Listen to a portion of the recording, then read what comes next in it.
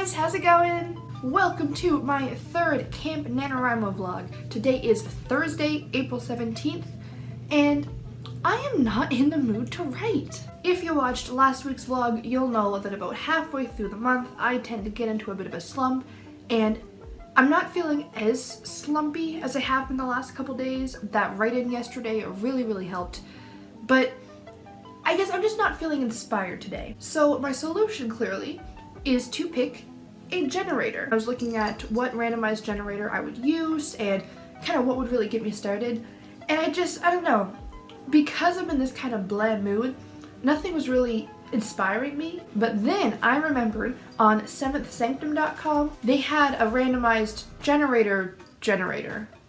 Excuse me please, Ripley. Your butt's in my way. I thought because I'm feeling kind of slumpy, because I'm like extra stuck, because Ripley's in my way, I think that's what I'm gonna do, and that's hopefully gonna propel me into a great writing spree today. So, random Ripley's, you are just so silly today. Hi. Are you being a cuddle bug? Yes, Ripley, you're supposed to cuddle and snuggle. So I'm going to randomize my randomized generator and see what I come up with.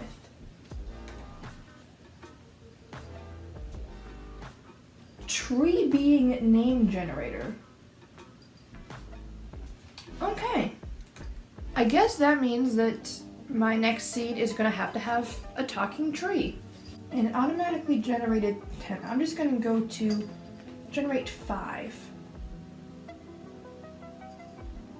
Alright, so my 5 tree beings for today are Aldersap, Beamheel, Cedar Seed, Elmfoot, and Falelm. F-A-L-L-E-L-M. Falelm. Now, unfortunately, my characters are currently in the middle of a town, and there's no forest nearby. So I wonder how I'm going to incorporate tree beings. Only one way to find out.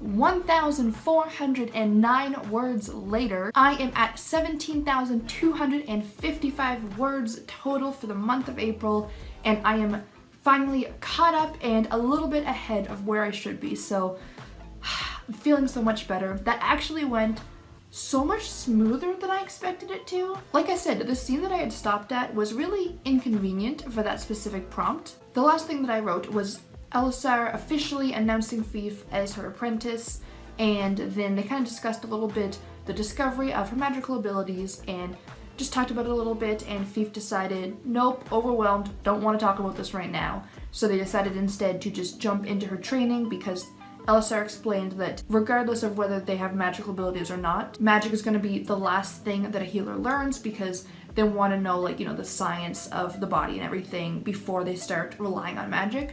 So, stalling.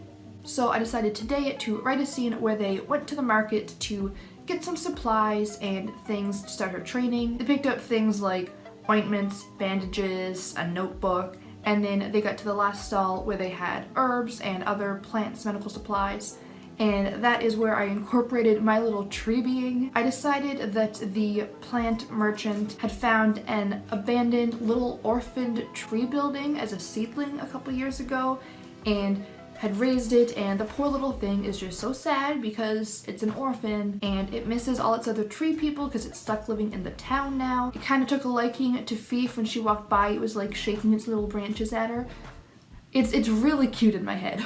And the merchant even suggested, you know, maybe taking it with them on their travels because it was just miserable living in a town, and that the poor tree being spent so much time crying that it wasn't able to find a home for it anyways because nobody wanted it. So Fief ends up adopting a little tree being as a pet, I guess, and she names it Aldersnap, which was the first of the randomized names on my tree being name generator. Overall, today was such a successful writing day. Who knows, I might do that randomized generator again maybe in the next couple days and see what I come up with. It was really good for getting me unstuck because I don't need any sort of starting place. So I'll probably try it again next time I get really stuck, and hopefully it goes as well as it did today, because that was great. So that is today's writing done. I'll see you tomorrow in 1 second. Today is Saturday, day 20 of Camp Nanowrimo. I didn't write anything yesterday because it was my Easter dinner with my family, and I just had, you know, a nice family day.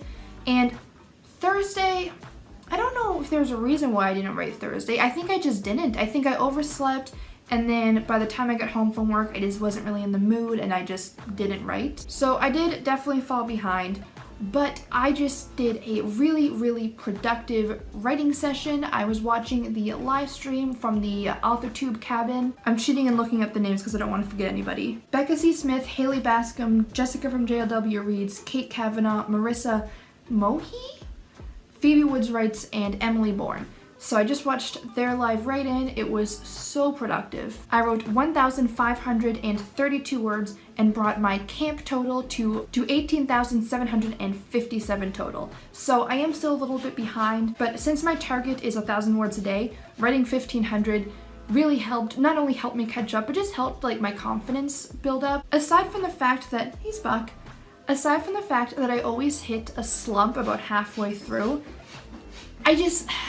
I had a harder time than usual pushing myself out of it because I'm pantsing, and I guess I didn't really think of that because I knew, okay, since I'm a plotter and I'm pantsing, I'm going to struggle with things like world building.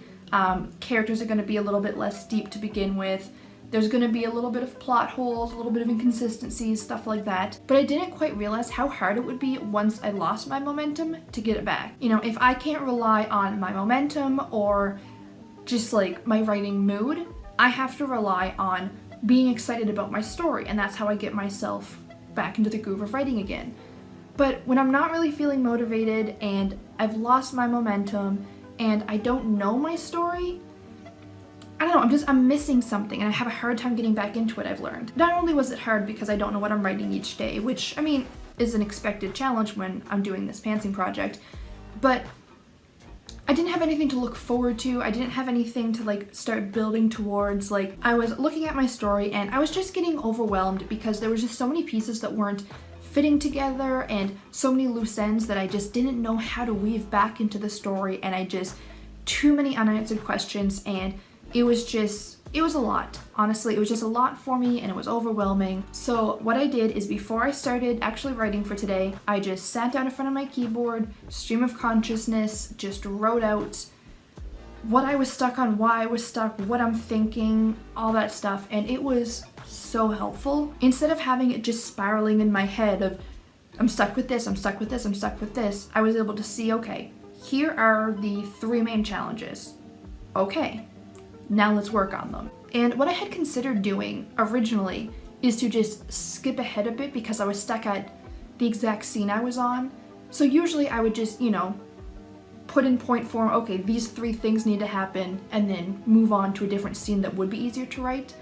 But I don't know any future scenes, so I couldn't really do that. So the stream of consciousness definitely helped for that. And I was actually able in the next scene to answer a lot of the questions that I still had. I decided that LSR is studying immortality in its different forms. So she's studying, you know, how people have magical immortality, how people kind of like freeze parts of their health and like to draw upon that as it's needed, and how people will put like a piece of their soul into certain objects or family heirlooms, and that's how I was tying in the music box that I mentioned, whatever day that was, whatever chapter. It helped to kind of explain like more of the magic in the world. So I don't know, that really helped me and helped get me back into the world, helped me get back into the writing. I anticipated having a problem with knowing where the story was going because I'm a plotter who's pantsing and doing an extreme version of pantsing.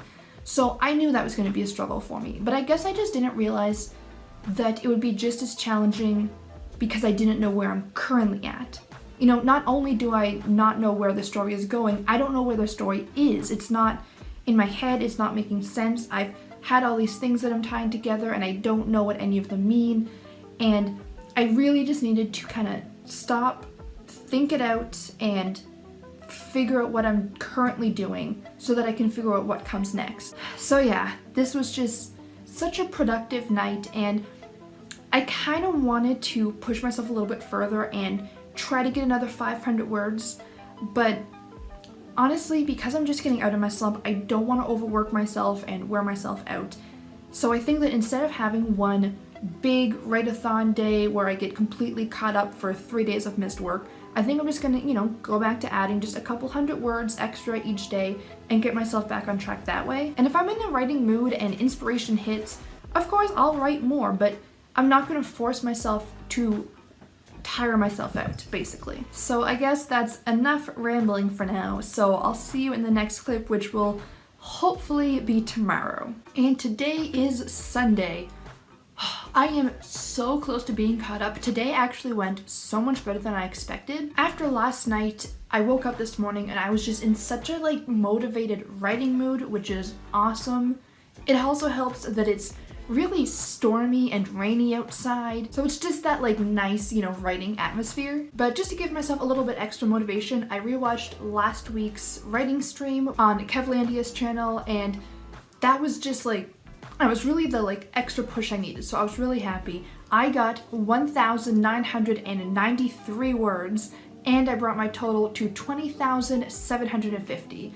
So I'm 250 words away from being exactly on track, and I'm so happy. I'm so happy with how that went. Now, because I was in such a writing mood, I was writing throughout the whole stream, especially because I was rewatching it, so I couldn't participate in the chat anyways. So while they were talking, I was just kind of writing. I wasn't getting as many words because it wasn't the sprint, but I just didn't stop writing. I just slowed down, I guess. But every time that a sprint started, I took a D10, a 10-sided die, and I rolled it, and whatever the characters were currently doing, on a scale of 1 to 10, that's how well they did, or how poorly they did. The first one was Fief practicing her stitches on a slab of meat, and I rolled a 4, so she is still having trouble getting them started and tying off the knot, but she's definitely improving, and the middle stitches are going much better. And then Elisara came back and she was talking about a recent patient and an infection that they had. Then the sprint started, so on a scale of 1 to 10, that was a 6. So it was touch and go for a little bit, and the patient's gonna have a nasty scar, but they are gonna make a full recovery. And then after I wrote that scene, just to switch up to the new scene, I mentioned that they were going to supper,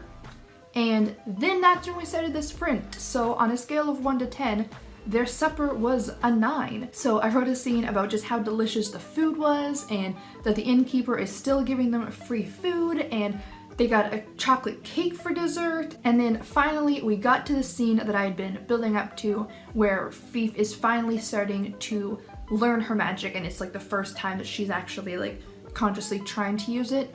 And I rolled a 1. So it went very, very badly. But I thought it was really cool because, first of all, Nat 1s and Nat 20s are just always going to be interesting because it's either a critical success or a critical failure, and it's just fun. But anyway, when Elisara was explaining how to use magic, she was explaining it it's something inside you and you have to kind of dwell upon it, and it's a muscle that you've never flexed before and stuff like that. So she was telling her, okay, well, when you used the magic, how did you, think about everything you felt and what was different? And she was saying, because it was in a really desperate moment, she said all she felt was fear and that weight hanging down on her. And she said, okay, well, look inside of yourself for a similar feeling to that, because it was the fear and the magic, but it was just being drowned out by the fear, so that's why you didn't notice it. So she starts thinking about it, and then she starts trying to make herself afraid so she can feel it inside of her. And then her thoughts spiral and she has a panic attack. And it was actually a really, really cool scene, I think. I thought it was a really good character development, because I noticed that I was kind of accidentally straying away from her paranoia and stuff, because I think what it is that she started off as this very flat, two-dimensional character. She was a barbarian and she was paranoid. But as I've written her more, she's growing into a 3D person, and she isn't just one character trait anymore. So I feel I kind of was accidentally, letting that go, because she was so much more than that. And I was trying to draw that back in. So I think this scene was actually a really great chance to do that. It was a really good bonding scene immediately after with her and Elisar and just trying to like calm herself down. And I don't know, the words just really flowed in that scene, and it just felt like, I don't know how to describe it, but it was successful. Long story short, this was a super productive writing session. I am so close to being back on track. And yeah, everything is pretty great, unless you're Fief the Barbarian. But if you're me, it's all good. Alright, and today is Tuesday, day 23 of Camp Nanowrimo. I didn't get a chance to film yesterday because I was running some errands with my mom and I got some groceries and then I had to work and I just didn't have a chance to film it. But I did write 1,025 words, so I didn't make any progress of catching up, I guess besides 25 words, but I was able to stay on track of where I was and I didn't fall behind anymore, so I consider that a positive. And today I wrote 1,244 words, which brings my Camp Nanowrimo total so far to 23,019. And to be completely on track, I needed to hit 23,000 today. So I am so happy I am back on track. Writing slump over, everything is going great. Side note, if I'm wearing this shirt in multiple clips, is because this is my current pajama shirt.